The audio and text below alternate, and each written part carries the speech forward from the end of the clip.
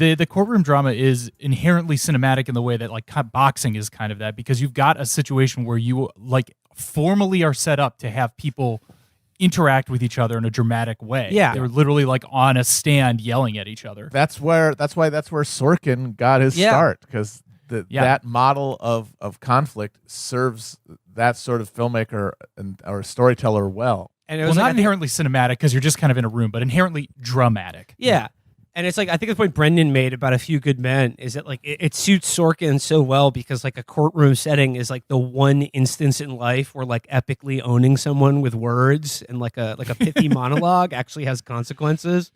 Like there are real stakes involved in it. That can make a ruling based on what you're saying. So I mean, going through like, and the John Grisham thriller drama, of which they seemingly made one of every year during the 90s, is, as a whole, as a canon of movies, they are all pretty solid to like quite good as movies. Like they almost all deliver. Like I watched The Firm. I get paid to be suspicious when I got nothing to be suspicious about. And then A Time to Kill last night. And, you know, I know they've talked about A Time to Kill on Cumtown, but I watched it for the first time since I saw it in the theaters. And it is one of the most insane movies of the 1990s. It is definitely astonishing. the wettest film of the decade. There's no question about that. And it's actually very telling. It's the very last scene of the movie where Matthew McConaughey gets invited to the cookout and like racism is solved. When he says, I just wanted our kids to play together, is the only scene in that movie where Sam Jackson is not sweating like Ewing at the foul line. That they didn't just hose him down with a mist before every scene of that movie. But and McConaughey's hair is just like in ringlets. He's like George Pickett. And, I mean, you know, it's set in Mississippi.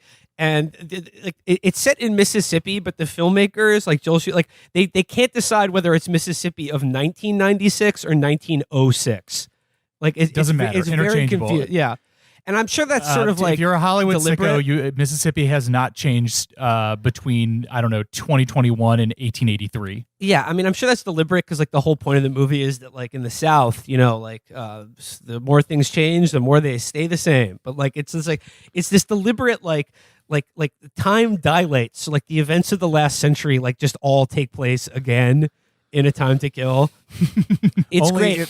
The sign of progress, though, is that vigilante murdering people, it's okay if it's race neutral. Yeah, if black people have a right to do lynchings, then we have made progress. That was the 90s consensus we'd come to, is that we're not actually changing any of our putative and sadistic institutions and instincts, but we are on the path towards making them colorblind. Oh, I've not seen this film, but isn't Matthew McConaughey's character basically like, yes, the real justice is when we murder everyone equally through the death penalty? Yeah, no. There's a scene in it where he's like lecturing Sandra Bullock, who like wants to be his intern, and she's like, I hope to have a promising career abolishing the death penalty. And he's like, I'll tell you some. Let me tell you some, sugar. Here in the South, killing people in the gas chamber makes us as pleased as a cat eating a peach pie. And then there's a scene where he says to her that the only problem with the death penalty is that we don't use it enough. And she's like sort of shocked by this, but like it is like pure, like it's like the height of like peak 90s like liberal like race movies. But yeah, Matt, like the message in the movie is that it is the most pro death penalty movie ever made. Now say a crack dealer guns down an undercover cop. Well, you strap his ass to the chair, flick the switch. You know, for some reason I thought you were a liberal.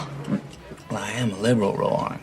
What I am not is a card-carrying ACLU radical. Absolutely. Which is what makes Sandra Bullock's character so funny. She's this ACLU lawyer who wants to fight for justice, and her argument is that this guy should get to do a double murder, revenge style, extrajudicially, because he's black.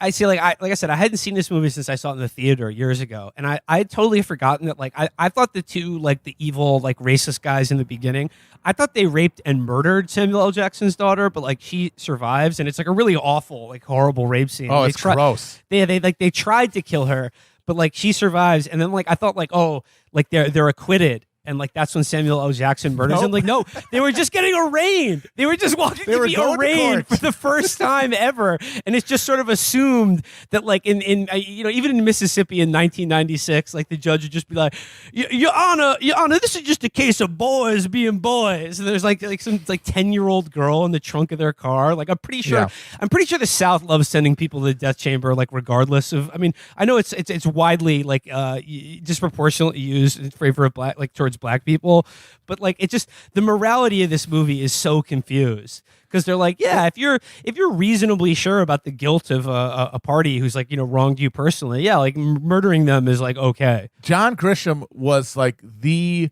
liberal brain of the 90s. His shit was so amazing. His views on everything, because he did that book he wrote, and it was rejected by all publishers. It only got published after The Firm came out and was a big hit. Then he was able to get it released because, yes, it's an insane book and an insane movie.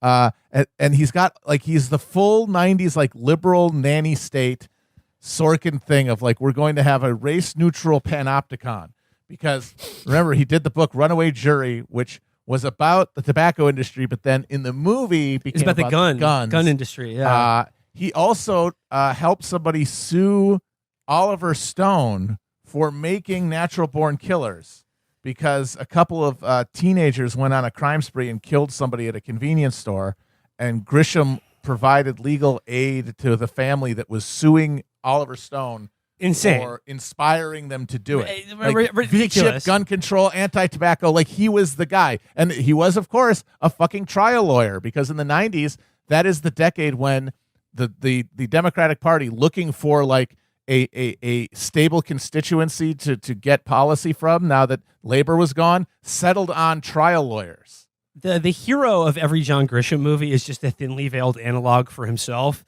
They're all these like bright, handsome young attorneys from the South who like come from sort of a humble background but are like star law students, and then they get sort of disillusioned by like the practice of law and what scum most attorneys and law firms are, and like how corrupt the justice system is.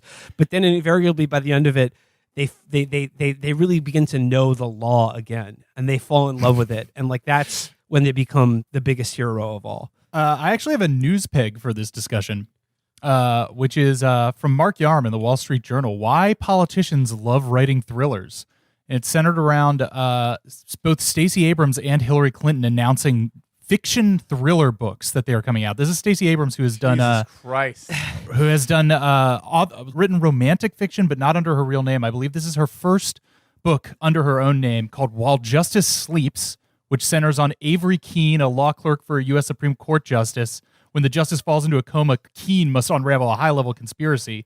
And Hillary Clinton's book, remember Bill Clinton wrote those two James Patterson novels. The president is missing. The president is missing. And the president's daughter. And then Hillary is writing State of Terror, a collaboration with friend and mystery novelist Louise Penny, which concerns a novice Secretary of State, which is a funny concept.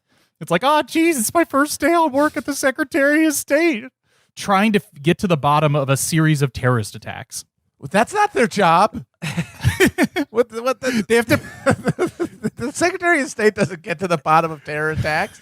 No, they issue for Christ's sake. No wonder she was so shitty at that job. Yeah, no, the Secretary of State trying to unravel the clues. The Secretary of State just issues statements condemning terrorist attacks unless Israel or Saudi Arabia does it. Then they defend them. Then they have to defend them.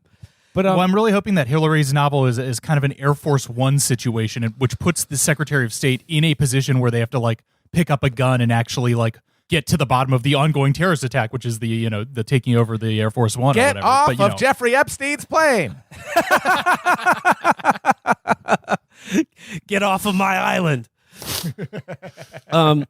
Just one more memory from A Time to Kill. There is like probably the best scene in the movie, other than Matthew McConaughey's monologue at the end of the movie, which by 1996 standards was the most mind-blowing thing ever put on film. It was like when he's just like, now imagine that girl is white, and they're like, what? I never even considered that. Right up there with White Man's Burden, starring John Travolta. Anyway, I'm probably going to continue tonight with The Rainmaker, sort of a Francis Ford Coppola work-for-hire film that I remember being quite very good. I mean, like all Yeah. these movies have great casts. That's the other thing with these legal thrillers. They allowed room to breathe for like a big cast, like a big talented cast of like 10 or I 8 think- people. Gene Hackman was in, I think, 3 of them. The Chamber, I think the Firm, and Runaway Runaway Jury. Jury. Runaway Jury. That's Runaway Jury is, I think, the only one that of these types of things I remember seeing in theaters. Gene Hackman was that if it was a grown up movie, if it was a movie that your parents could watch, like get a babysitter, he was there. That's right. That's absolutely true. And now he's gone, and those movies are gone with him. Yep. He really his retirement heralded the end of an entire cinematic genre. Hackman just Now as we're an only act- going to get a fucking we're only going to get another tense courtroom drama if like Aquaman sues the Flash or something. Hackman just as an actor. I mean, he's so great. He just has this like, how to describe it? A sort of like an affable malice to him in every perfect, moment. Yes, he is very appealing, and you have sympathy for it, but he's also scary. There's this undercurrent of like malevolence to him Yeah. that he does so well.